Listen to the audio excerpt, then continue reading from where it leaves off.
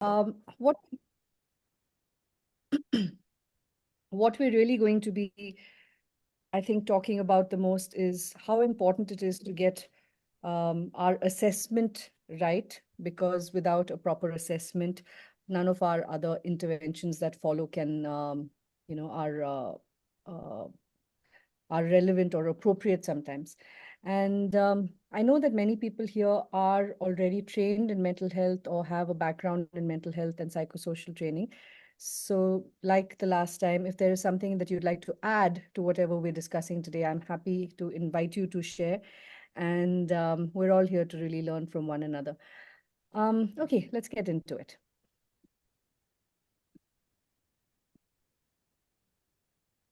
I'm going to start with a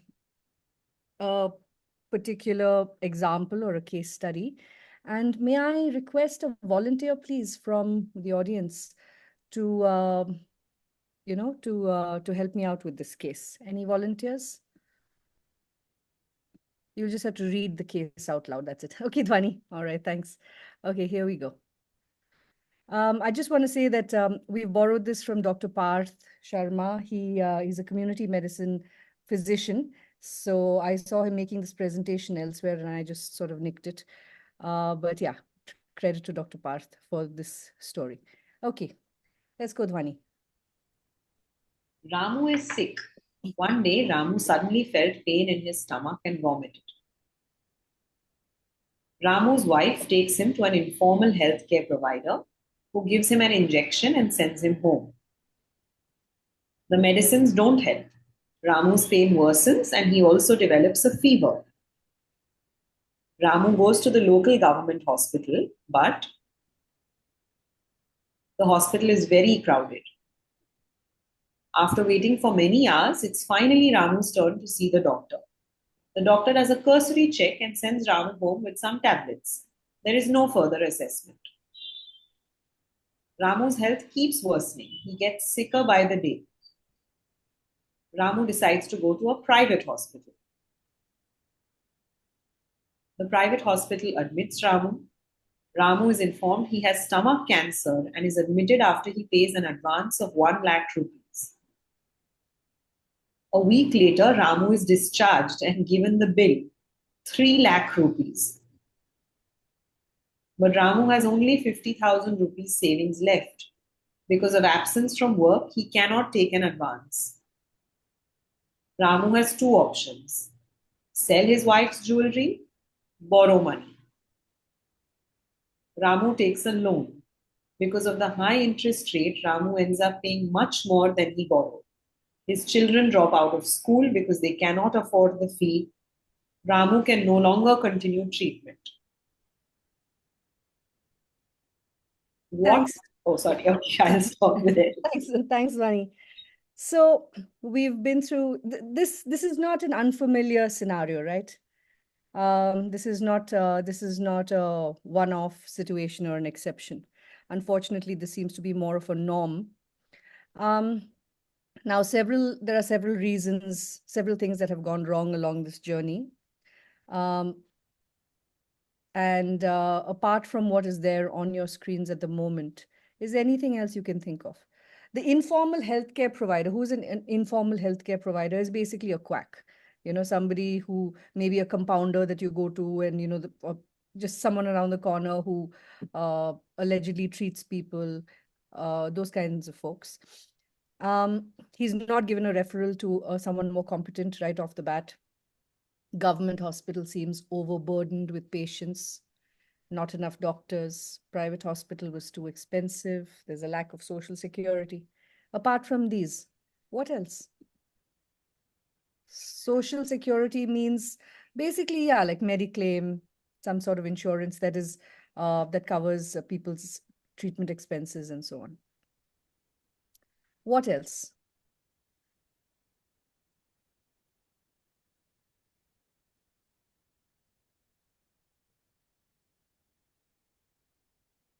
Lack of knowledge and I think funds, Shilpali. Okay. I also think that there was a lack of emotional support. The helplessness was not catered to. That's a great point. Thank you. How do you say your name? Is that Miral? Miral, yes. Miral. Okay. Thanks, Miral. That's a great point. So he's been sort of bounced around the medical system, and they have treated his ailment quite late. What else? Lack of emotional support. Can you elaborate on that point perhaps a little bit more? How would emotional support have helped him at any point in this journey? I think because there was so much confusion, like, first of all, didn't know what was happening with his body. No assurance of,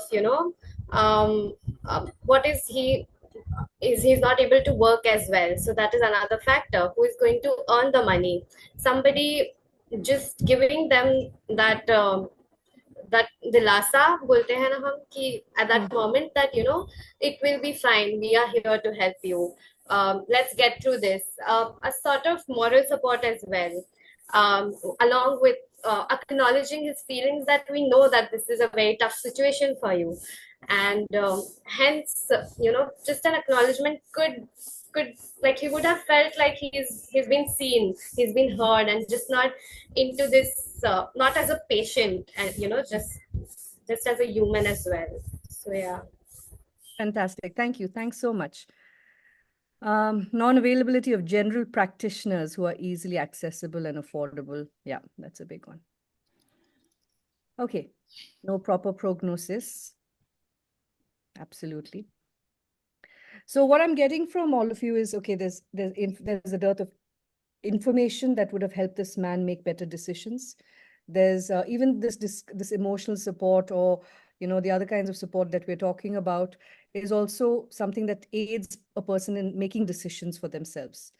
Because if you're just being shunted around a system, you're just doing the next best thing, the next best thing, the next what the doctor is telling you to do, and at the end of it, what is this family left with? It's destroyed. It's financially destroyed, and now he can no longer even afford treatment. So what was it all for? Okay, so like you all already touched upon, the biggest problem, one of the biggest problems, or the biggest problem, is that nobody really asked Ramu about his life or saw him as a person, which is precisely what you just said. Okay, and the process becomes a punishment. Yes, Parag, that's very well put. So to treat Ramu, you must know Ramu. And Ramu right now is symbolic of every person that we encounter in the healthcare system. Okay, so where do we start? Firstly, let's begin with the fact that, of course, I'm going to have technical problems. Sorry. It's loading. We'll start with the fact that, in our first session, we talked about total pain. Do you remember what we talked about total pain? Yeah, that you have to, yeah. Okay. Let me just try and reload my presentation. I'm sorry about this.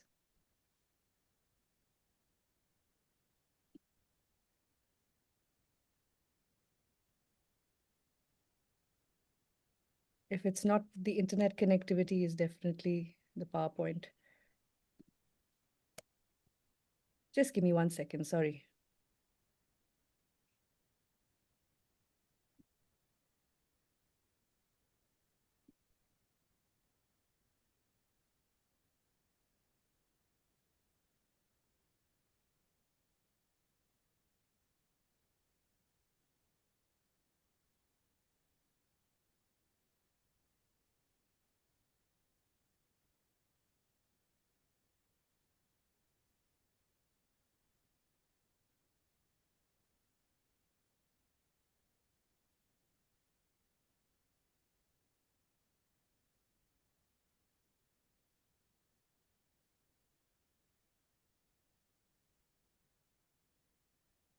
Okay, so let me try again. Yeah, so we were talking about total pain, and this is really the crux of what we are here to discuss today, that if we are to help Ramu or anyone like him, we really need to get to know the human being behind the disease. And that's, I think, one of the things that we'll be hearing over and over again, that in palliative care, we're trying to look at the whole person and not just at the organ system. And that seems to be, as medical science gets more and more advanced, we find more and more specialists. And with more and more specialization, we treat each organ system as though it stands alone. And it's not part of a bigger person that holds all these organ systems together. So let's start with just making a simple distinction. Do you feel that there's a difference between disease and illness? Is there a difference? Because we seem to use those words interchangeably. Is there a difference between disease and illness in your minds? Let's look at what the experts say. Okay. So a disease is an abnormal condition affecting an organism requiring treatment. When we talk about disease, we talk about infections, degeneration of tissue, injury, trauma, toxic exposure, stuff like that. Disease usually causes illness. What is illness? Illness is all the attending emotions, the distress, the discomfort, the fatigue, weakness, all of that that requires management. And sometimes a person with a disease may not experience illness. For example, if you have well-controlled blood pressure, if you're taking your meds on time, you're not feeling any real emotional distress or, any other fallouts, because you're managing the disease, and the illness is also managed. You're treating the disease and the illness is being managed. Early stages of cancer, we're not feeling ill. Unfortunately, that's why a lot of people present very late for diagnosis.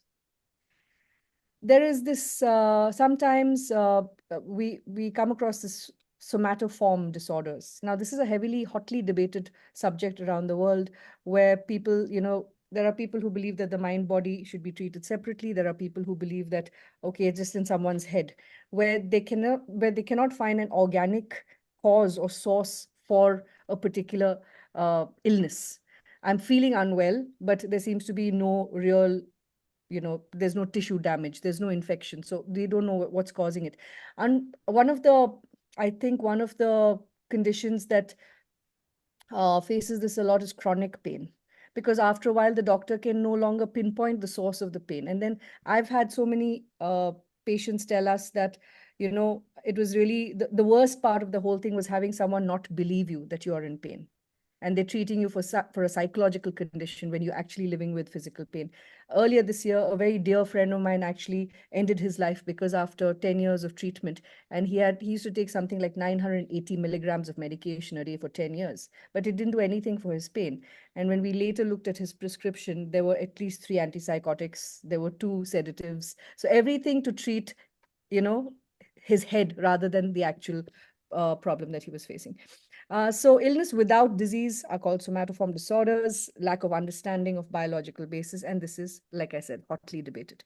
And very often illness will impact the disease. If I'm feeling weak, if I'm feeling unwell, I don't want to go to the hospital. I might be non-compliant with my medication, with my treatment. Maybe I don't exercise. I need to move. I need some mobility work, but I'm not doing it, and therefore my condition is getting worse. So illness also affects disease. So this is how we work with these two words. Eric Cassell said that disease is something an organ has, illness is something a man has, a person. Anyway, so we must address the disease and the illness. That is what we're here to do. Now, this is the role that psychosocial care plays in the delivery of, I wouldn't just say quality palliative care, but just quality health care.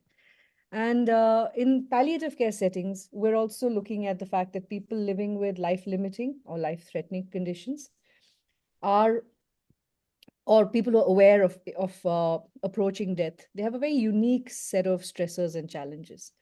And a serious illness disrupts individuals' thoughts, their feelings, relationships get disrupted, social and spiritual supports are affected, and of course, financial stability and spirituality is also affected by the disease and by the illness. So there's a huge role for psychosocial care to play. And we're going to start with a very basic foundational block of it, which is assessment. And that's what this session is all about. Now, it might seem like, it's really stating the obvious, but I cannot underscore how important this particular process is, because if we get this wrong, then everything else that follows is not appropriate.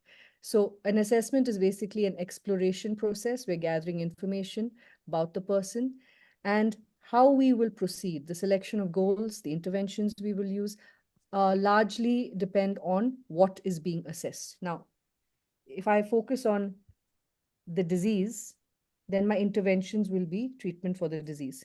But if I start looking at the person's financial status, if I start looking at what is the impact it's having on the family, on the children, then I can also devise goals accordingly. So really what I'm focusing on is what will determine what outcomes and what goals we set for that patient. So it's a very, it's a bilateral, very dynamic sort of process that we're following.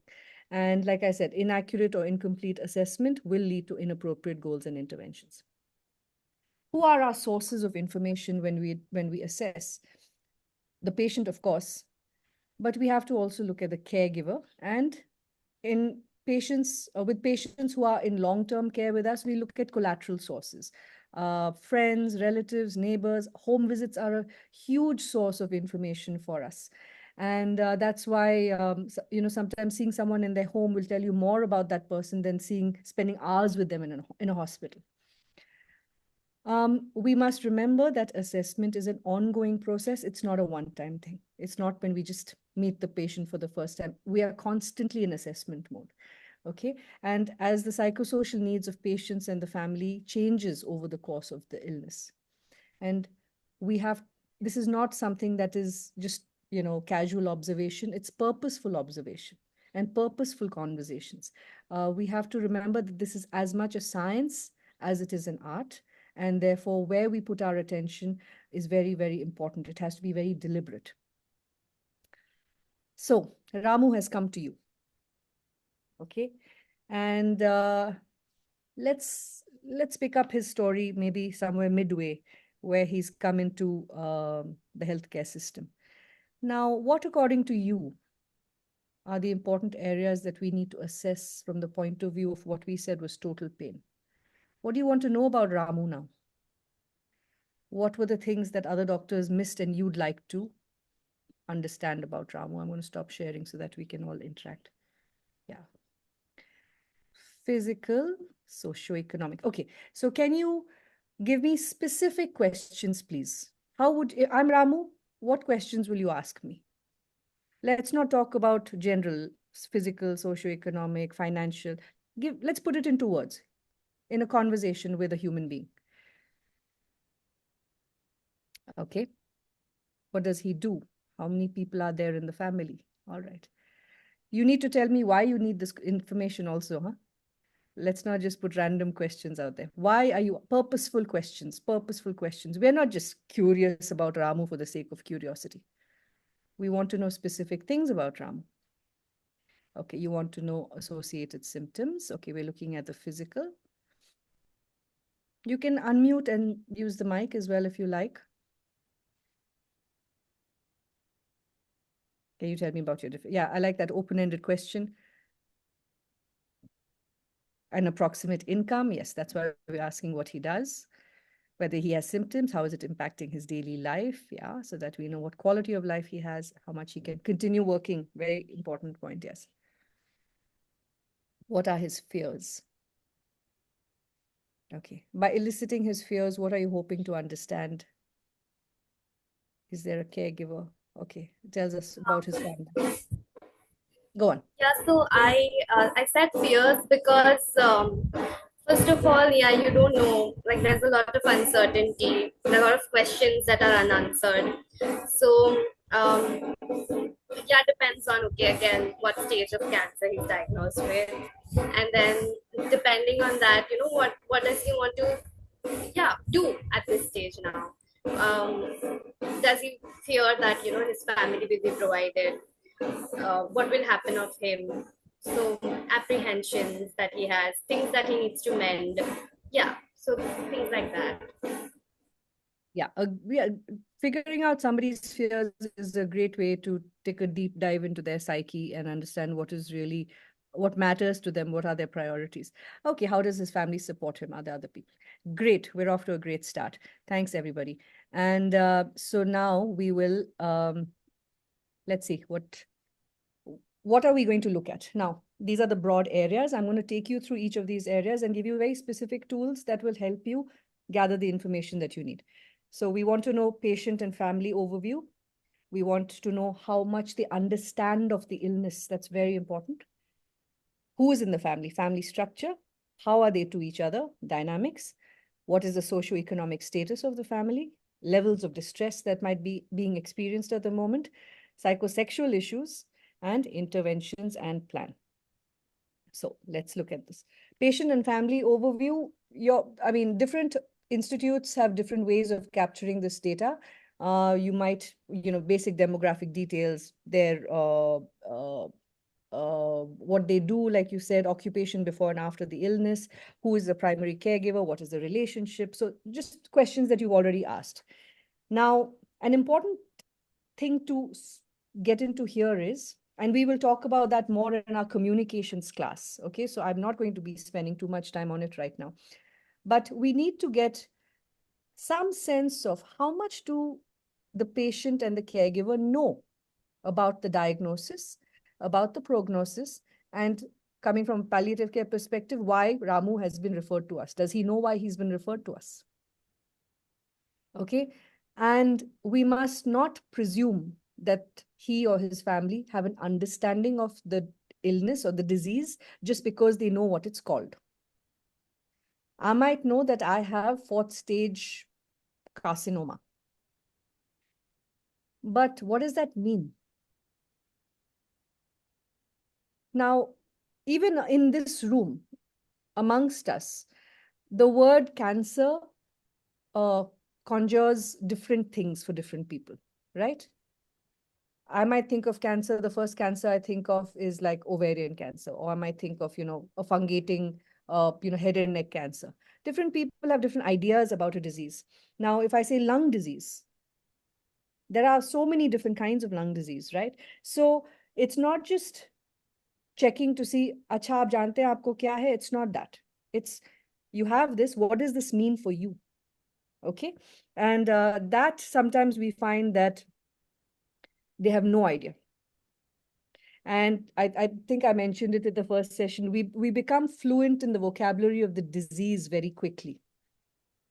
Yeah, we all learn all the therapy agents. We know, the process. We know what a PET scan is. We learn all the nuclear medicine phrases. But what it's doing to our bodies, how it impacts us in the short, mid, and long term, we don't know. We don't know how to describe it. I had this incredible experience with a colleague who is a pulmonologist, who's an interventional pulmonologist. And when my mother was diagnosed with idiopathic interstitial lung disease, which is such a mouthful, the first pulmonologist I went to said, it's really bad, be prepared for a lot of hospital visits. And these are the medicines you need to take. This doctor sat me down and explained to me what honeycombing is. She explained to me, how the lung structure is, how it's like soap bubbles where the exchange of oxygen happens, and then it becomes like sponge, then it becomes like glycerine, and then it becomes like cardboard. And I suddenly understood what the trajectory of that illness was going to be and what I need to look out for. That's the difference between knowing the name and knowing what it's doing in your body. And so we need to understand from the patient and the families, what is their understanding of the disease. Okay, so when I say insight, that's the kind of insight I'm going to ask you to check. That applies for the diagnosis, that applies for the prognosis, and that applies for palliative care. And there's another story. I mean, I remember when I was working in a cancer hospital when I was very young. In fact, it was my first posting, and I was horrified at. I was posted in the children's ward, and I was really quite traumatized by what I saw there. So I stepped outside to catch a breath, and a young father came up to me and he showed me an address on a note, and he said, do you know where this place is? And it was a note pointing him to Karunashraya, which is a hospice. And I said, it's on Whitefield Road, it's on Martali Road. And he said, is it a good hospital? And I said, it's not a hospital, it's a hospice. And he said, what does that mean? And I said, where they do comfort care. And, I hadn't been trained properly in communication and breaking bad news. And I didn't know what this was about. So this man at that point looked at me and he said, you mean he's going to die? And he was talking about his 8-year-old son. And both of us in that moment figured out what was happening. The doctors had not told him what palliative care is. So please remember to check very gently what the person's understanding of palliative care is, because if they are overwhelmed by what it is, they may not come back to you, especially if they've not been told what it's about. Okay, so this is important stuff this is where we're building the rapport, we're understanding where they're coming from, what their ideas about the disease and illness are, where they think it's headed, and what we are doing here as a team. Okay, and okay, so now family structure and dynamics. I'm pretty certain lots of people here know what a genogram is. So forgive me for the, for going over it again if you're already familiar with it. It was created by someone called Murray Bowen.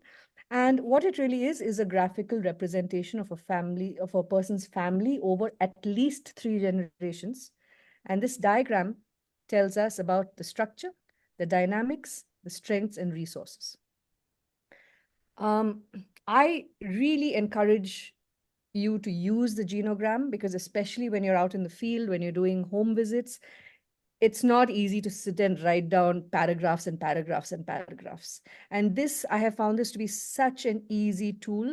And if the whole team is oriented to it, to use it the same way, all you need to do is just add to the diagram, because with each assessment, something might change. Now, let me just quickly check with the room actually. How many people, can you show me with a thumbs up, how many people here are familiar with genograms and use them in their regular practice? Regular practice usage. Okay, Akanksha, Miral, Parag, Shanmukh Priya. Okay. So we still have a majority of people who, and Seema, okay. So, but still a lot of people who don't use it. Those of you who use it might find that what I'm showing you today might vary a little bit. Now, again, depending on your focus, in maternal and child health, the symbols used are mostly, geared towards that. In substance use disorders, we use different kinds of symbols. I'm just giving you a very basic overview. You're very welcome to go and do your own research and use what is best suited to your setting. Okay. Like I said, please make sure that everyone on the team is understanding the genogram in the same way. Now, these are some basic, very basic symbols, okay? The index person. Here in this case, it's Ramu. Males are depicted with a square, females with circles, deceased with a cross, with an X in the middle. And you can really just play around with whatever information you want to add to it. You can say the year they were born, what their age is, the year they died. Now, when it comes to children, there are different symbols. We're not going to, mug up any of these at the moment. We're just this is just to show you the variation of symbols that can be used. And we show relationships, married, separated, divorced, cohabitation. There's various kinds of relationships that you can show. And siblings is, they branch out from the same, like this is twins, but siblings will be, I'll show you in a minute. Okay. And the important thing to remember about genograms is that we're not just looking at the structure, we're also looking at the relationship between people, and that is usually shown with these kinds of symbols. And you can create your own. I don't think there's any hard and fast rule, but these are typically what is used. Okay, so you use colors, you use dotted lines to show indifference, close friendships, best friendships, discord, conflict, violence, abuse. So any number of relationships that emerge in the course of your assessments, you can show them. Okay, so don't be overwhelmed by all of this. I'll come back to Ramu's case. Let's simplify it and try and use the genogram in his case. Okay, would someone like to try and read this genogram for me? Anyone want to give this a shot?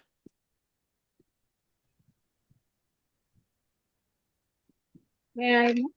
Yes, please. Thanks. So Ramu is 45 years old, who's the index person, has got the disease. He's married to Sindhu, who's deceased, his wife, and his parents are Mohan, who's 75 years old, father, and mother Leela is 68 years old. And Ramu has got a sister, sibling, Meenu. No, sorry. He is married to Meenu. I was 42 years old. So her parents are both deceased, Kumaran and Malini. And Ramu has got a son, a 16-year-old Charan, with his first wife Sindhu. Was deceased, and he has got Amal and Vimal, twins, both boys, with his marriage with me. Excellent. Thank you very much.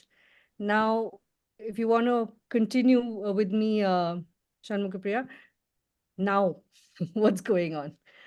We've done a little bit of assessment. Okay. So Ramu has got a very close relationship with his mother. He still has got a close relationship with his mother Leela, and a warm relationship with his father Mohan. And he has got a close relationship with his sibling Jairaj, and his relationship with Minu's sister, who is close to Minu, Majula, is hostile. And relationship between Ramu and Minu, his wife, is there is no specific thing mentioned. And Minu is close to both the sons, very close, has a close relationship, a protective relationship with her twin sons Amal and Vimal.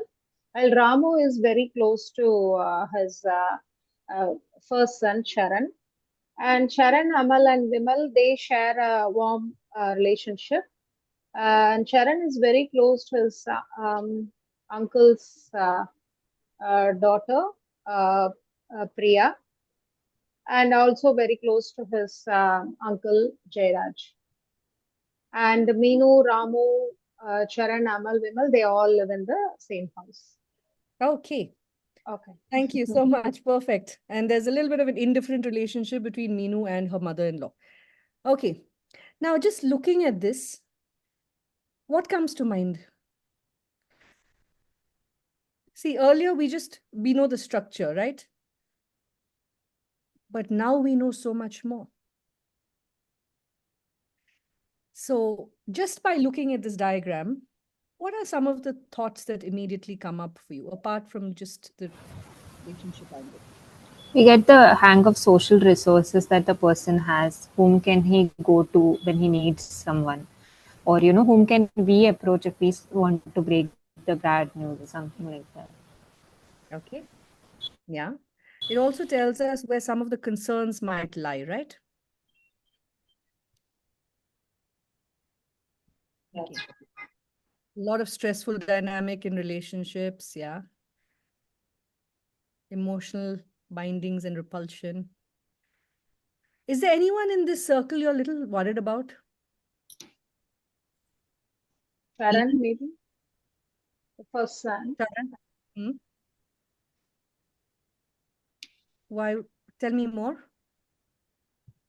Because Ramu is close, and Charan already lost his mother, and he has already got a hostile relationship with his stepmother. So, a concern about Charan, how he is included in all this after he's the diagnosis of he- Ramu. and he's a teenager. He's going through He is a adolescence teenager. also. His age. Age. Yeah. Also, the responsibility that he will have as a caregiver, also financial struggles. Yeah. Who can we go to for help, perhaps? Who do we need to start prepping in case Ramu is not going to recover? The brother of Ramu. Hmm? And also Charan. And also Sharan, yeah. Can you see any business that needs to be closed? Some unfinished business that might need some time to take care of? Definitely Charan's financial thing, as well as for the twin sons. Maybe Sharan. Anything that has, mainly Charan's, any debt to be settled, or anything like a family property to be settled from Ramu's parents or from Ramu's side for Charan should be clarified before anything happens to it. When Ramu can make the decision. Thank you. Rani, you were saying something? No, I was just saying that maybe the Sharan's relationship with Meenu needs to be thought of because they are currently living in the same household. That Ramu might be the mediating factor, but if he's no longer going to be there, that is some unfinished business that might need to be resolved. Absolutely. So I think I've made my point. There's so many stories on this one diagram, no? And it's actually such a handy tool. The same stuff that we've all just discussed in 10 minutes, can you imagine how many pages it would take to write? So this is, I will encourage you to try and use genograms as far as possible. Okay, get creative with it. Make sure everyone on your team is on the same page so everyone can read it in the same way. Now, the next time the social worker or the nurse or anybody goes and visits Ramu's family and he finds something new, they can just add it here. So you're not, going back 10 case notes to see how, what was the story then. And this becomes like the central focus of the entire team in terms of just gathering this kind of information. Okay, so this is a genogram. We also have to assess socioeconomic status. And some of the things that we need to look at are, is there adequate food, water, clothing, shelter for the members of the family, for the patient? What are their living conditions? Now here, some of you have, recognized that this is a tenuous relationship, living situation. Who is the crime? Who would be the caregiver here? It would be Meenu, it would be Sharan. What if they are disagreeing on certain things? Stuff like that. Okay. And living conditions, I also mean in terms of, is there access? Is it accessible by road? Is it easy for them to get to a hospital? And is there, I remember going to a patient's house, this patient who had respiratory issues, but they used an old-fashioned chula in the next room. But unfortunately, it was the only place that she could lie down. And it was also, she had one caregiver. So for the caregiver, it was the easiest thing to do. Their window had broken. So as a measure of security, they had closed the window shut and tied it because they were two women living alone. Now, it's only when we go to their house, we realize what their other issues are. So what was our priority at that point? To get that window sorted out, get a mesh so that there's some circulation, and also install a small chimney. What is the point of that lady coming back to us week after week after week when we're not fixing the problem that is at home? So these kinds of things are important. Okay, who is the breadwinner? For obvious reasons, we need to know who is the breadwinner. Who controls the finances? The breadwinner may not be controlling the finances. It could be the elders of the family. It could be the patriarch of the family. It could be, it could be, like I said, an uncle living abroad. Okay, what debts do the family have? What is the status of the education of the children? Is it still ongoing? Has the family tapped into social support through government schemes or local financial support systems? Do they know that these pensions exist or caregiver pensions exist or other pensions exist? Has someone linked them to it? Do they have access to transport?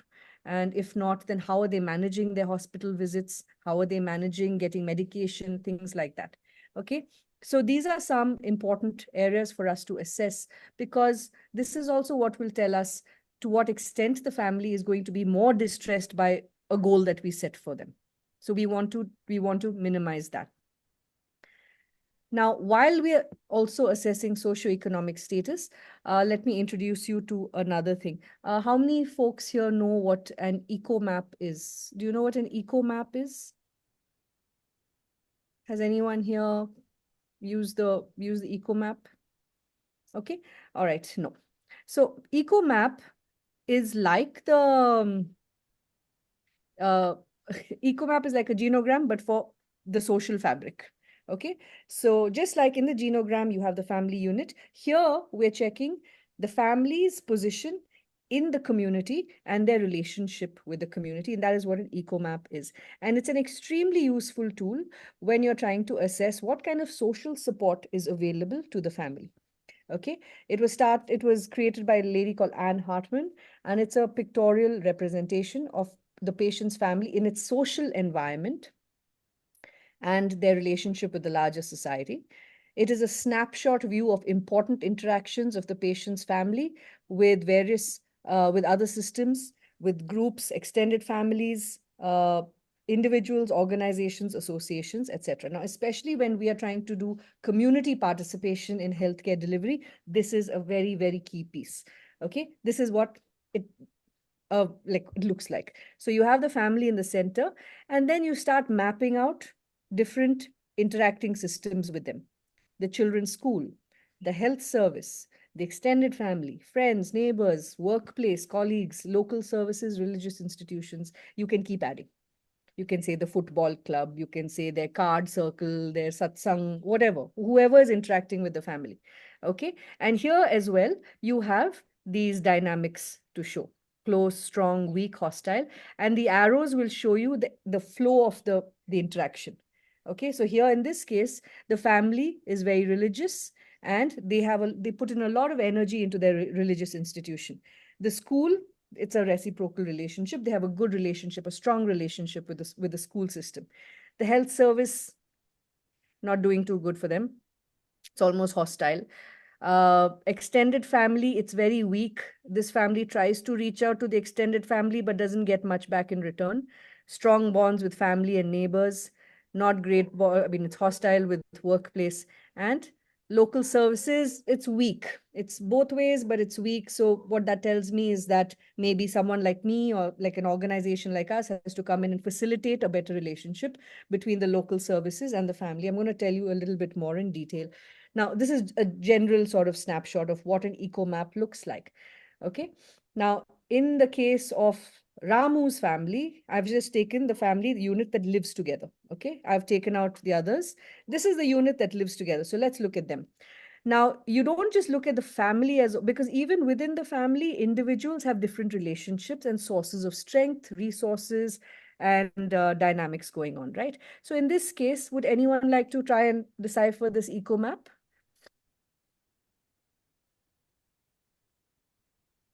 Anyone's going to try?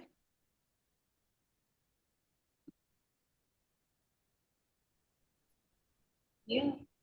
Yes, I can try if no one else Yeah, go wants. ahead. Yes, please. Go ahead. So all the three boys have strong relationships with their friends. They both, again, a reciprocally strong relationship. And Sharan in particular relies quite heavily on the youth organization also. It's possibly some source of comfort or distraction for him. They have good bonds with their neighbors as a whole, so that's possibly one support structure that they have in place. But three very important areas: health, work, healthcare, office, and school, which is where they would be spending a majority of their time and having perhaps the most frequent interactions, are not working out so well for them. There are problems with the community as a whole, in the sense that the official representative of the community, the panchayat member, is someone they have a hostile relationship with. There is some spiritual comfort that is derived by Ninu from the temple prayer group, but it's unclear whether similar support is flowing to her that way. And there is a community volunteer who has perhaps clearly taken an interest in the household and is helping them out, but maybe the family doesn't know yet how to engage with that system. Fabulous. Thank you. That's an excellent interpretation. Now, yeah. So what areas are we going to try and work on now that we have an idea of what's in place and what's not? See, also, as you know, the all three boys are teenagers. This is a time when they're individuating from the family. This is in a regular developmental, cycle itself. This is the time when you're looking more towards your peers. You're trying to fit in with your friends and things. So it's great that they have that. what can we do with the school, the healthcare team, and the colleagues, because those are weak interactions, or maybe not as strong as they should be. Is there any intervention that can be done? Can we contact the authorities and engage in a conversation, explaining this situation to them? People are open to things. So, yeah. Only when you see, I mean, if you see things one sidedly, then the next person is also not that cooperative. But, if you show the other side of the person, then probably they might be more open to things. Yeah, absolutely.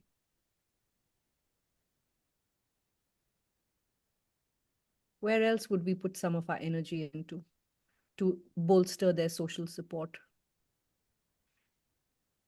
I also feel with the panchayat member, right? I mean, if there is some sort of conflict or some sort of hostility, that person does carry it throughout their life, and Yeah. that's not a good thing to have with all the challenges that you already have. So I feel if some work can be done around that, that could be more helpful, because having a more supportive environment in such a situation could be more helpful than hostility. Definitely, definitely. And see, if Ramu is a breadwinner, after a while there's going to be no income. They're going to rely a little bit more on the community. Then this is where these key people need to be brought on to their side, right? Yeah. What about the work, the colleagues? Remember, Ramu he's been absent from work so long he couldn't get an advance, but now his disease itself is worsening, right? So what can we do here?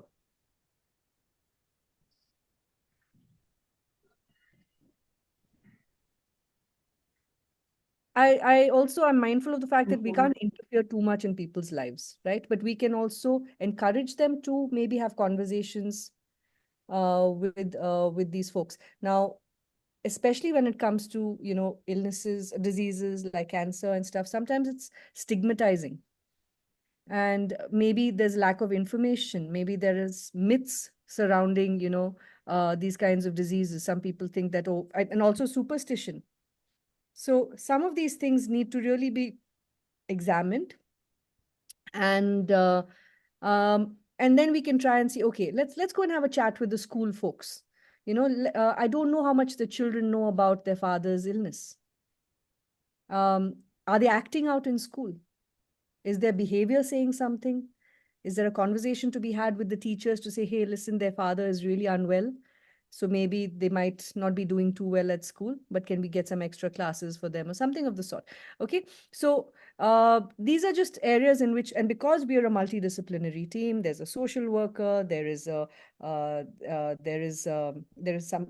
liaisoning with the community, all of those things. We take on these different roles. We have these different conversations. Sometimes it's good for the doctor to have a chat with the healthcare team in the primary health center and say, okay, can I encourage him to come and see you when he needs this kind of emergency care, and just sort of facilitate that. So these are the eco map helps us do these things more efficiently, and then we have a sense of where this family is placed in the grand scheme of things with their community. Okay, so we've looked at the genogram, we've looked at socioeconomic impact, we've looked at the eco map. Levels of distress. Now, this is a tool that it's called the distress thermometer. And you can use it in pretty much any setting. And, it's, we know sometimes that people are extremely distressed. What this helps us figure out is which areas are they facing the most amount of distress in. Is it childcare? Is it their housing? Is it financial? And very specific. It's very easy to say, oh, the family is going through financial toxicity. But that is such a broad term. I don't know what financial toxicity is translating to in their day-to-day lives. Are there EMIs that they need to pay? Is there a rent that they're struggling with? What is it? And here, this tells us where the distress really, what is causing the person that distress the most, okay? And of course, the more boxes they tick, the higher the distress levels go. But this also tells my interdisciplinary team where we need to spend some time. Okay. And we've listed a whole lot of physical symptoms and things here. There could be something more in addition to these, and maybe we've missed out on something. But but this at least gives us a fair idea of where the distress is being experienced. Now, I'm going to also touch upon very briefly this idea of spiritual assessment. Okay, let me just stop here and come back to you with what we've covered so far. We've covered physical, we've covered socioeconomic, we've covered some level of psychological. Now, please remember that these are basic assessment tools, but as we keep going back to the family, the level of the assessment is going to get deeper and deeper and deeper. So at some point, the social worker might feel like, okay, I think it's time the counselor comes in. The counselor might feel like, okay, it's time for a psychiatrist. Okay, there are risks showing up. There's substance use happening as a coping mechanism, or there's a suicide risk happening here because of financial toxicity.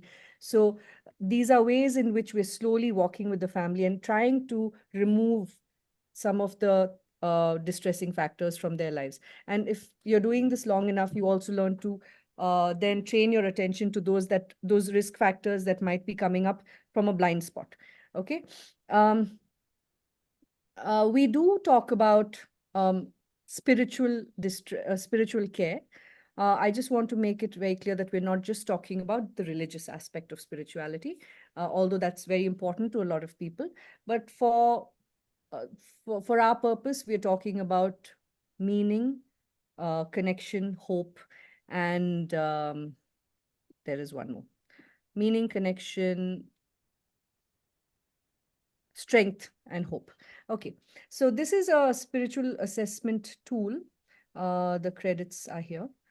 And so here are some questions that we will explore with the family. Now, this is a beautiful tool, in my opinion, although it comes from a Western lens. You have to adapt it to our own.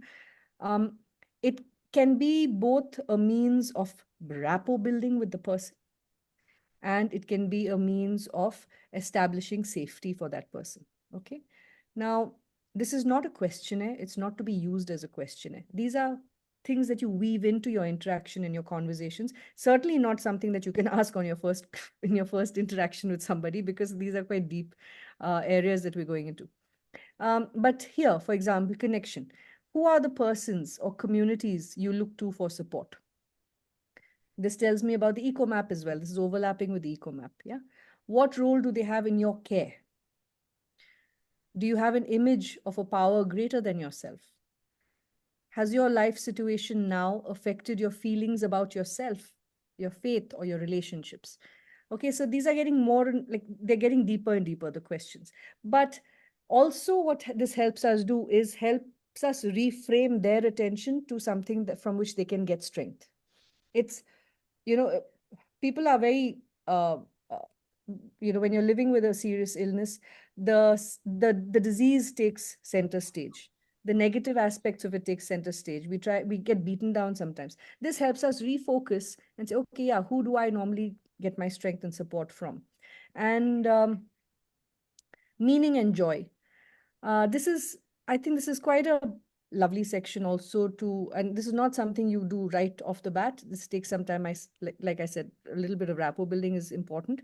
What has been the most important? What has been most important in your life? And you can phrase this question in general conversation. And what this question is going to help you do is understand what the person's priorities are. My children, the fact that I could build a home for my family, buy a house that they can call their own. What are you most thankful for? What makes or has made you happy? What do you feel the proudest of in your life? So see, these are not questions where we're focusing on the disease at all, but it's giving us a great sense of insight into what that person might be drawing their strength from. Is there anything that is comforting to you now? Yeah, I'm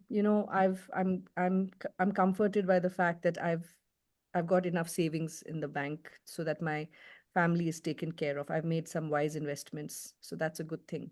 I'm comforted by the fact that, my family is with me, and we're able to talk about this openly. Um, what helped you get through difficult times in the past? because then maybe they need reminding of that. Okay. Who or what is your source of strength now? And finally, hopes and concerns. Is there anything that you hope for? Is there anything that feels unfinished? Because this also helps us set goals. Okay. Now, these are not easy conversations to have. You will find that sometimes there are family members who will gatekeep you and not allow you to have these conversations. Okay. Because some of these things that I'm asking are not exactly aligned with curative treatment, right? If I'm going to recover from my cancer, then why does any of this matter? So there is also a slight hint that, okay, you know what? We are also focusing a little bit on the mortality of this. That is a very scary place for some people to go. So don't expect people to respond to these questions very openly. It takes a lot of time before some of these questions you can really sort of work into your initial interactions itself, but the rest of it needs a little bit of work. But I will share this PowerPoint with you anyway, like we do with all our sessions. I'd like you to sit and really, sit with this tool, because it's really quite lovely. And one of the things I found very insightful to do is to answer these questions myself. And then you realize that how deep inside you have to go to get the answers for this. Okay, so do try. This is your homework, to do a spiritual assessment of yourself at the moment. And it's always good to check in with ourselves and have these, inner dialogues. Okay, now I don't have a tool to share with you about psychosexual assessment. But there are, but I just want to spend some time here with all of you. This is not a topic that most of us are comfortable with. How has illness impacted sexual intimacy, physical intimacy? How has it altered relationship quality? Now, if we go back to Ramu and his wife, they're in their early 40s.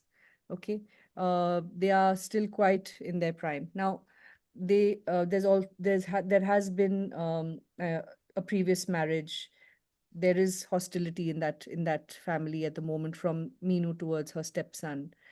But while we're comfortable having these conversations about emotional distress and conflict, we're not comfortable talking about what it might be, what a disease might be doing to the intimate relationship between the couple themselves. Uh, this is a challenge for us as healthcare workers to overcome. Now, who's going to have that conversation? How do you start having that conversation? Especially in a culture like ours where it's taboo. There are two things we don't talk about. We don't talk about sex and we don't talk about death. So we must be 1.4 billion immaculately conceived immortals. Because otherwise, I mean, what other justification is there? But these are the two things we have to talk about in a setting like this. Somebody has an advanced illness. There is major conflict going on in the family. We have to address the elephant in the room. So how would you do it? How would you start the conversation?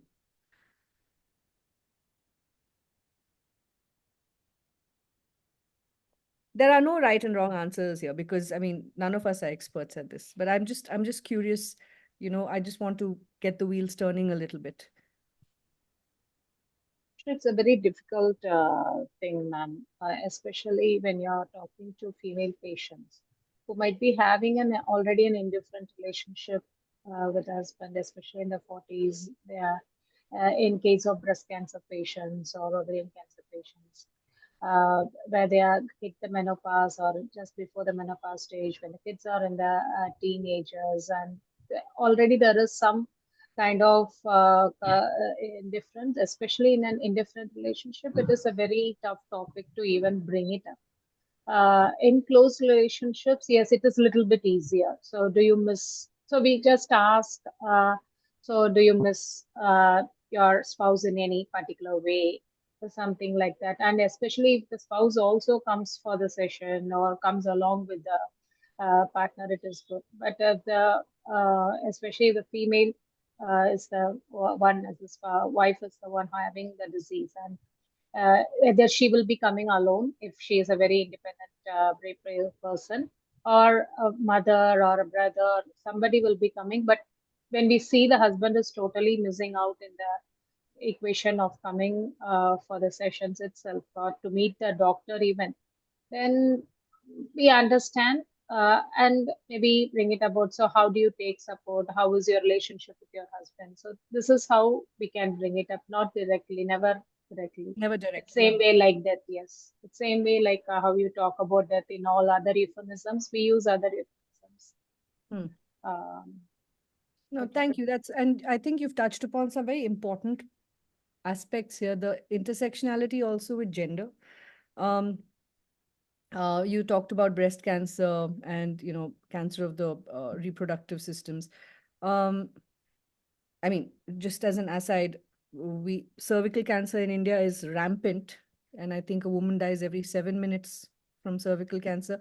It's also because we don't like to talk about, we can't talk about sexual reproductive parts of the body, right? And who do we talk to? So there's this conspiracy of silence that happens around cervical cancer.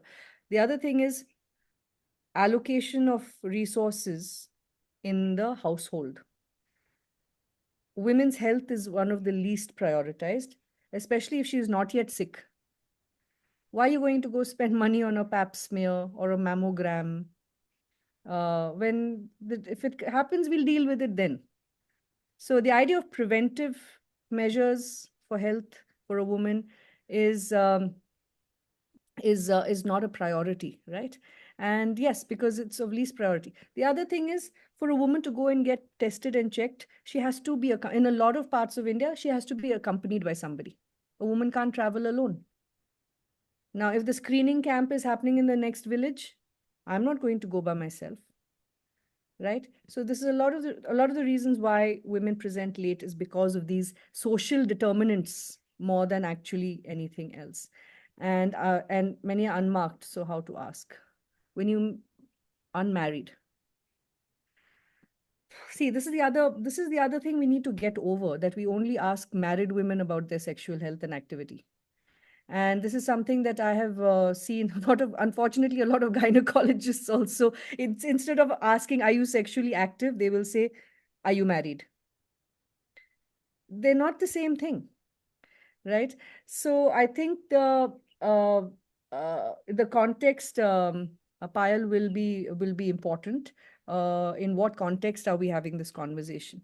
Now, I wouldn't say that they don't understand this. The language around it is different, huh? It's not that they don't understand it, and I think it's just the way in which it's approached is very different. Um, so, for instance, a lot of our spinal cord trauma rehabilitation patients are young. Majority of them are men. These are people who've had uh, bike accidents, toddy tappers, all of, like, I'm talking about in the Kerala population. And I have encountered a lot of families where it's a young couple, it's an arranged marriage. They got married. 4 months down the line, he's got quadriplegia. Now imagine that woman's life. There is no concept of leaving him. She barely knows him. It's an arranged marriage. Now she is his dedicated 24/7 caregiver. And she's not allowed to have any other relationships, obviously. Forget her needs in terms of physical intimacy needs, even or wanting to have a child, it's not going to happen. So it's a very complex bundle of issues that we're unpacking. I But have how also do you deal with this? How do you deal with this? exactly, how do you deal with this? Very difficult for me itself to understand. I don't know Yeah. where to start from. Yeah, I mean, that's why it starts from here, us having this conversation, Pile. Because even amongst ourselves and our colleagues, do we have this conversation? Right? So right now we're having this conversation. So let's try, and that's why I'm spending a little bit extra time on this, because Yeah. We can talk about socioeconomic assessment, all of those things. I mean, those tools are there, genogram, all that. This, how do we navigate this space? Because even the information that is there is Western. So Yes. I'm not even showing you any of the, the role plays and conversations that happen, because we need to really understand it in our own context. So I'm going to invite people who have also not been speaking up to please, if you can turn on your cameras. This is an important conversation. We need to have it. Mm. Mm. So uh, I've also found that in those couples, there's what happens. The woman, she has to go out, she has to get the groceries, she has to come home, she has to take care of everything. So she's the one moving around. There have been several cases in which this leads to the man becoming suspicious of his wife. Yes, very true. Yeah. So how are we going to sit down and address this? So on one hand, the poor woman, she's in this situation. On top of that, she's being suspected, because the husband is not able to talk about the fact that, oh, it's because I'm not able to give her what she needs, she must be going and getting it from somewhere else. They've not had this conversation with each other. How do we Mm. facilitate that conversation between two people? So this is an open discussion forum right now. Let's try and see where we can begin those conversations. And let's go back one more step. Who is going to have the conversation in the team? A young female social worker probably is not the right person to go and have a conversation with that young man. Why should it be gender biased? No. In our culture, you have to be careful about who is approaching the conversation first. Okay. We have to be a little bit sensitive to that. It's not about gender bias. It's about the fact that who has the wisdom and the sensitivity, and who has the perceived authority to have that conversation. There are things that you will receive Mm. from your doctor, but you will not receive from somebody else. It's not about hierarchy. It's just If about, you're a female doctor, yeah, I mean, but your doctor tag itself gives you authority to some speak about authority. the particular. Right. So let's think this through together. How are we going to have this conversation? I'm not talking about Ramu. I'm talking about in general. Both the family elders who might be receptive um, It has to it talk has to, to be because with Yeah, go on, Shilpali. so it has to be basically with the patient itself. But a person who has been with him from the team, who has been connected with him and has built a very strong rapport, where the patient has gradually started opening up. So these sensitive areas cannot be talked about immediately, but should be taken up very gradually after 2 or 3 sessions. For example, it can be a doctor, it can be a social worker, it can be a counselor in the team, but we have to make it very sure that there has been a special rapport built by this particular team member with that patient. I'm inclined to agree. I also feel that we have to be mindful of the timing, and because with these kinds of conversations, you get one shot to get it right, and if it's mishandled, then the person is not going to open up to anyone on the team. Yeah. True. So it has to be, and I think the team. Also the age matters. Yeah. So Yeah. also the age matters when this conversation is there. So with my experience, it has been I had been successful in addressing these issues with young men to patients who have been 55 or 60 also. But the thing was, I made it very sure that I had built that strong rapport where I can cross this limit, this level of conversation, and where I have that space with that patient. Yes. So that's Thank you. very, very important. And it can just start with asking questions like, okay, I have seen that there are some kind of discomfort, or there is some kind of arguments between you and your wife. Can you just elaborate and tell me why there is so much of argumental approaches between you?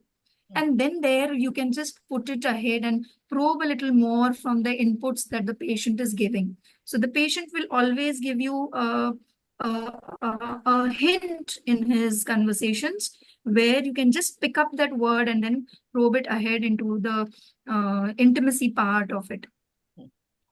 And I think, and that's very well articulated, Shilpali. The thing is, you have to link it to the broader concerns for the family, so that it's not coming across as just curiosity, right? Why are we asking this question? It's because of the dynamic in the family. It's affecting the way maybe they're not being able to problem solve together because they're finding themselves in some sort of a conflicting dynamic. It could be something that is not stated, but there are, like I said, you have a young couple, one of them is wheelchair bound, and you want to explore that with the caregiver as well, because her needs are as important, and this is going to be a life sentence for her that she has to carry out, right? For as long as he's alive, she has to do this, because maybe, and it's a very, it's I find it quite poignant also that even if they don't um, get along as people, um, she cannot leave because she's seen as abandoning somebody who's in need of care. Correct. That becomes their priority, not the fact. So if he was not in a wheelchair, they might have separated. But here, because he's in a wheelchair, that added layer of duty and service comes in. So we need to also be sensitive to how we approach it with a caregiver. Where is it landing for them? Is there a sense of resentment that is coming out, that they don't have a place to express their anger, their resentment? And, that's the broader area into which we want to have this conversation. Yes, Payal, you wanted to say something? Yeah. Yes, like in the hospice kind of situation wherein there are so many people with buccal mucosa CA and laryngeal CA and other CAs, though their bodies are otherwise functioning quite okay, but there is so much of weakness and hopelessness, etc. Then to approach this topic, sometimes I feel it's so insensitive on my part. Here they are like, at that stage in life where very many more important issues are there. So if I even speak of, like, even if I see the wife who's young, but then I feel, how am I going to even talk about this? I feel like, as if I don't have enough resources myself to approach this topic. I feel, am I being insensitive by asking how things must be going around? Um, I think the intimacy is a basic human need that is there, like, right, so irrespective of where you are in your um, you know um, either age or whichever part of the life cycle it is. But like you said, sometimes it's a disfiguring cancer, like a head and neck cancer, Mm, like the one mm, you mm. described. Um, or in the case of women who've had breast cancer when they've had Yeah, mastectomies. true. It's Yes, also deeply tied to their own self body image. yes. And you'll find that a lot of people with head and neck cancers become more withdrawn Mm, because they're seeing it in the mirror, literally, like. So that sense of body image, what does it do to the way I view myself? I don't want others to view me like this. That is what is affecting my intimacy now. Not being able to kiss somebody because yes, they're yeah. because Just foul smell sometimes. yeah. And that sense of that person having a sense of disgust about their own bodies and then Yeah, yeah. transferring that to their caregivers. Maybe the caregiver does not feel that way. The love is there, the affection is there. There are other ways to also show intimacy and physical affection. So sometimes Okay. those conversations need to be had. So you don't have to talk about it directly as sexual intimacy. It's just about the sense of physical closeness Yeah, to the person. yeah, You yeah. can talk about how do you feel about yourself ever since this has happened. Um, Mm. and maybe that is what is causing the distance between the caregiver and them because of their own ideas and perceptions about their own bodies.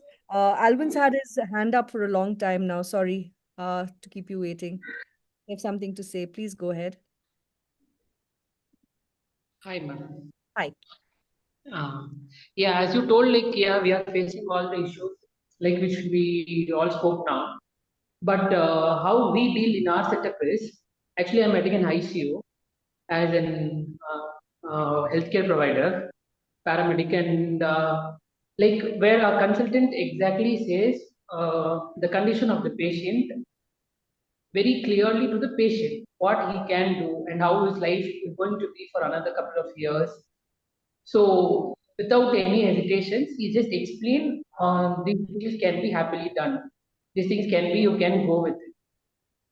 And it is related of age and all other and all feelings together. But still, the in and out of the disease condition is clearly explained to the patient. Mm. In personally, only a patient is there with the family members if he needs or that is his concern. Then a consultant will say that we'll talk about this later with your respected like husband or wife. We'll talk about this later. Like this, he will just open the topic. And later, when the consultant moves off, obviously the patient will ask the nurse or the care provider over near to him how it's going to be. Mm. So this is how the topic just like I have experienced. So this is the good way to approach also according to. So he just asks what it's going to be and how the things will start. And there comes the counselor to explain all the conditions, and he's just going to brief his mind. Mm. So what and all personal questions, what all queries, what he has, that will be one-on-one conversation. And later, the consultant or the counselor will just decide a date where the person and their partner both will have like a meet. Mm. So then they will just appreciate their love which they have for others. So initially the talk will just start like this, like they have so much of affection created in this bonding, so long years you have been together, and all these things will be appreciated. And finally, this is your call. You have to say, like the counselor will open up the things, like slowly, So I slowly see. start. Yeah, that seems like a very sorry, I don't mean to rush you, but it seems like a nice gradual way to get into the conversation, and also leaving some doors open so that the next time the consultant comes or the counselor comes, maybe the patient themselves will bring it up. The really important thing here, which you've highlighted so well, Alvin, is that it's saying that here there's a safe space for you to talk about this. Yes. And I'm going to let you take the lead. I'm putting it out there, but just know that the safe space is here, and whenever you're ready, we will talk about it. It becomes very hard to talk about it, like Shanmugapriya said, with women sometimes, because they are not ever encouraged to have the vocabulary around their own sexuality. They may not even know what they're supposed to be talking about, right? So in that case, sometimes perhaps an older lady who in the team is probably someone that she will receive it better from. You have your hand up, Shanmugapriya. After this, we will. Well, last 1 minute. Yes, please. Like in this approach, like we have seen, like in 10 cases, at least 4 to 5 cases are nicely resolved, and other 5 cases, yeah, that is there. Yes, ma'am. Thank you. Thanks for the time. That's a great strike rate. I would say 5 out of 10 is like it's fantastic. Yeah, please go ahead. A quick thing, ma'am. Thanks, Shilpali and Alvin, for those inputs. That's really helping. The thing is, we are talking about, yes, definitely sexual intimacy in sexually active partners. Sometimes this also brings about the conflicts. Maybe if the wife is not actually really interested, or the husband might not have been actually interested in sexual prior to the disease also. Sometimes this conversation also brings out that part also sometimes. So they come out with that has also helped some of the patients, like what other kind of support if the spouse is still like they might show some kind of irritation or frustration because that kind of thing. And sometimes they are very supportive, and this person feels they are incompetent now, they are incapable of all these things. So this conversation is very important in bringing out some other things also, and to resolve during this important period where they need some kind of support, and especially in separated and widowed cases, it becomes more difficult to even bring up these topic in our setting. So where do you go for that kind of? So the conversation takes a different turn there when we have to ask some roundabout way of any kind of. It need not be a sexual intimacy, any kind of a physical support. They have a kind of a touch or a hug where they get from there. They need those things, those validation, especially when there is a kind of disfiguring or a surgery that needs to be done, a colostomy bag to be attached. So, how do they feel about all these things? So, the sexual or the intimacy talk doesn't only involve the sexual intimacy. We have to explore the wider aspect of the whole thing, and we are talking to the I couldn't patient. agree more. I completely agree with you. And I'm really glad we had this discussion today. We may not have arrived at any, resolution to it, but the fact is that these are conversations that we also need to have with our teams, people we work with, because this requires the many people to be on the same page to understand that yes, this is an important issue. At no point can we say that this is less important than the financial toxicity issue, because this is really Correct. one of the most important parts of human relationships is, like you said, not just sexual intimacy, but just being intimate, emotionally intimate with somebody, and a lot of it has to do with how we see ourselves in that relationship with that disease in the moment. I'm just going to move on in the interest of time. Thank you all. I really appreciate the fact that all of you have been so open and had this conversation with each other today. Okay. So I'm just going to start winding down by bringing this to the forefront.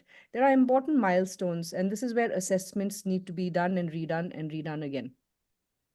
At the time of diagnosis, what is everybody's level of understanding?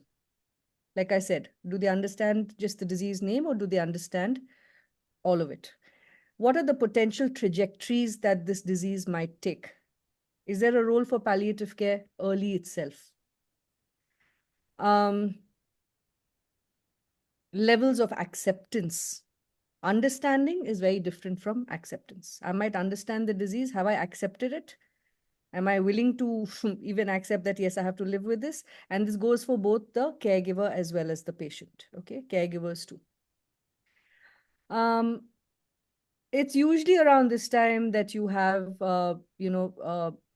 you'll have people also who have extreme bravado who say, we're going to beat it. We are going to beat it. The diagnosis itself might be at a very late stage. We still need to manage that. We will talk about the difference between hope and wishful thinking in one of the sessions that comes up later in this program. But uh, these are things that are going to take multiple attempts to assess. Okay, you may get it all in the same interview, but it might take you a little bit longer, especially when it's a complicated case. Once the treatment begins,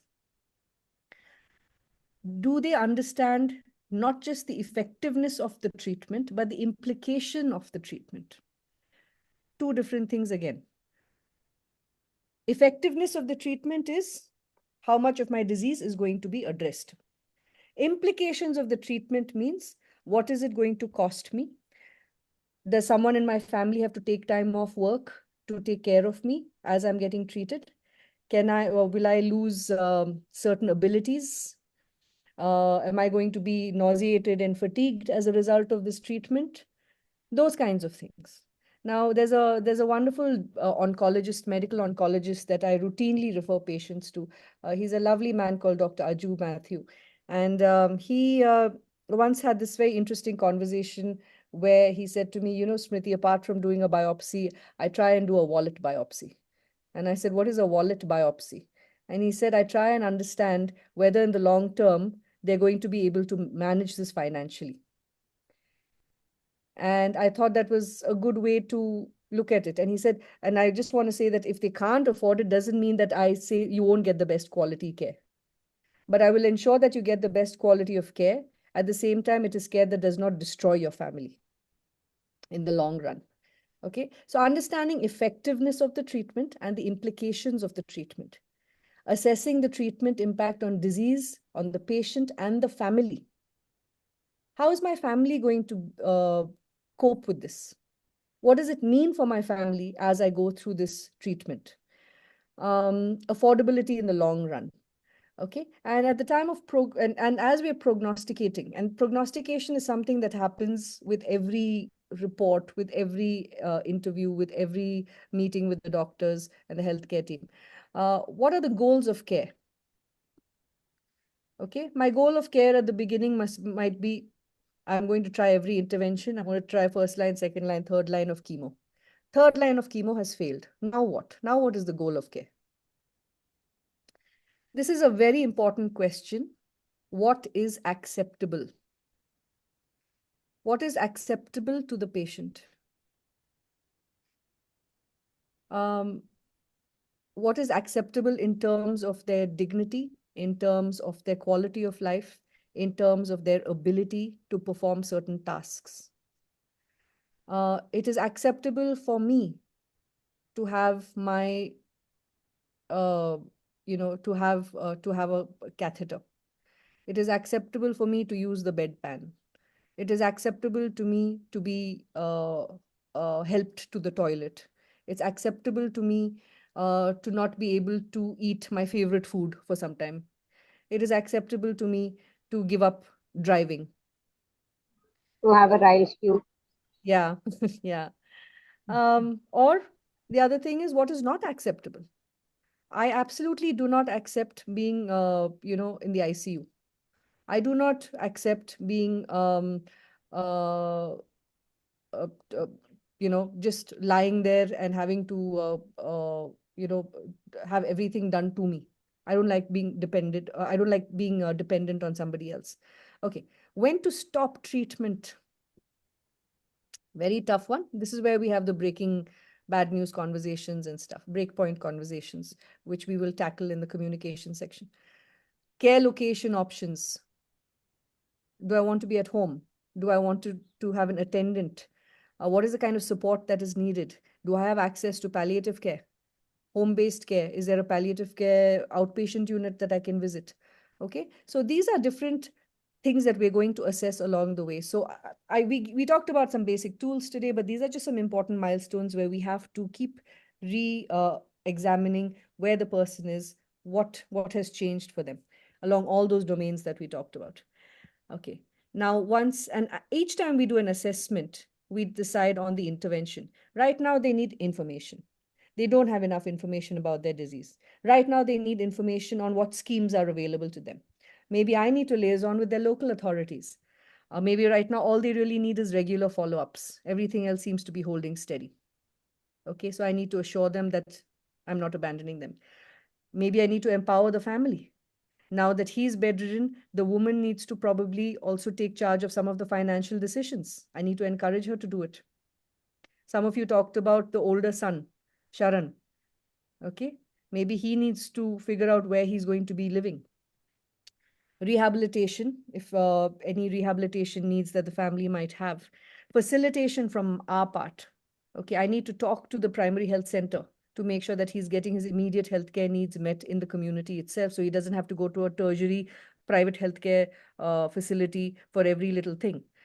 Supportive counseling, yes, they need some conversations to be had within the family to, maybe heal the relationship between the stepmother and the older son. Maybe they need to have a conversation about, okay, let's as a family come together and make some decisions, important decisions together, and we need to counsel them on how to arrive at those decisions. So interventions will be determined by what you have assessed and what you find needs prioritizing at this point. Okay. And so I'm just going to stop with this. To summarize, just remember, assessment is a working hypothesis. We've never arrived at a destination. We never know everything about the family. With every time that we visit them, something has changed because their disease is progressing. So we need to bear that in mind, that from the last visit to now, major changes could have taken place. It is a participatory process. You are participating in it as much as the family is. You are not just a cold observer. You are not an interviewer. You are participating in the person's life. Okay, so it is a participatory process, and we need to also include people who normally don't speak up in the family system. Who are the invisible people in the family? Have they had a chance to vocalize what this experience is like for them? Information can be derived from different sources, not just people. By visiting someone's home, I get a lot of information about how they're living. Okay. Assessment helps us to identify the impact of illness. It helps us to identify the resources and strengths that the patient has, and also what the dynamics are within the family.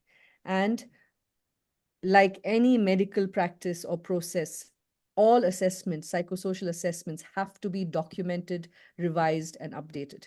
And we have to be very, very precise with our documentation. Of course, I've given you the genogram, but all the follow-ups, the goals of care, the interventions used have to be documented. We need to go back and see if those interventions worked. If they haven't worked, then we need to change tactic.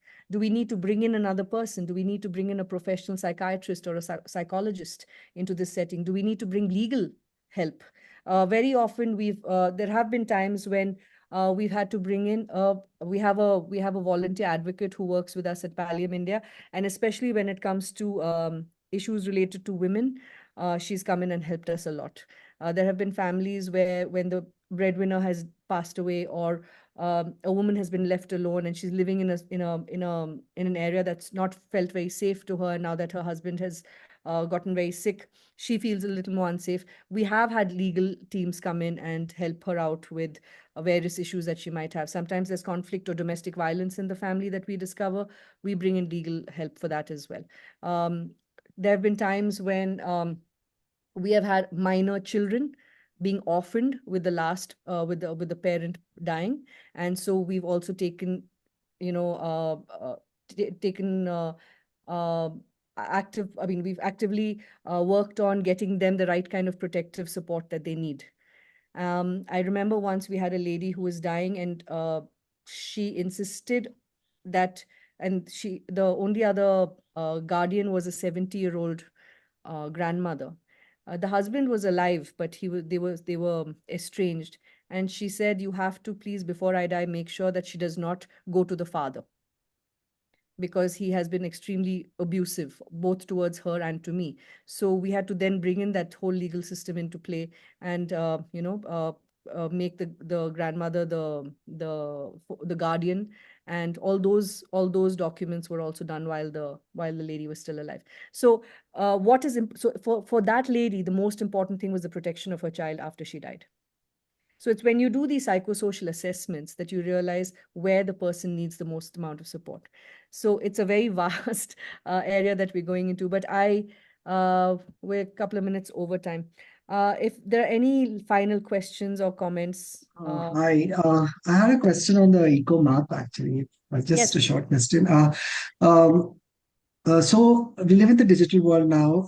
So I mean, there are institutions like the panchayat and schools and things like that. But what happens when in a different demography maybe, or a different geography, wherein you have the internet and the social media, wherein you could have a support system over there in these platforms as well, online communities coming up, right? So during an assessment of this kind, do you have degrees of reliability in such cases? Like you could say that no, but you have great support system coming from here, but we do not think that this is reliable enough for us. I mean, I'm just was wondering, like, because even in rural and peri-urban areas, you see that the social media penetration has happened, and people are part of Facebook groups and things like that, wherein they Google and that's it. That's a very important, I think, pertinent question, Parag. I don't have the answer to it. I would say, I mean, off the top of my head, I'm thinking, when you say reliability, what do you mean? Safety, ethical, when it comes Okay, to like safety. that. Yeah. Yeah. See, at this point, I'm probably going to look at it from the point of view of what needs are being met. Okay, and in terms of practical support. Now, the eco map is for practical support, and yes, to a certain extent, emotional support as well. But I'm also trying to see, okay, are they getting access to resources that are available to them, but they're not tapping into? But you've given me something to think about. Let me try and come back to you in the next session and try and answer this question, because you're absolutely right. Now with this digital sort of online presence, especially for children, especially for younger people. How safe are they being in terms of who they're reaching out to and things like that? Yeah, that's an important question. I don't have the answer, but I am going to give it some thought. Thank you for triggering that thought. Okay. Thank you all very much. This has been a very interactive session. I have learned a lot from all of you and from all what, the practices you employ in your work. So I hope you have found some aspects, at least, of this session useful. And I will see you next session whenever I have a session with you. But take good care. And I'm signing off now, Arya. So we can close up. Thank you, ma'am. Thank you so much, ma'am. Thank you. Thanks, everybody. Thank you very much. Thank you, ma'am. Okay, thank you all. Thank you.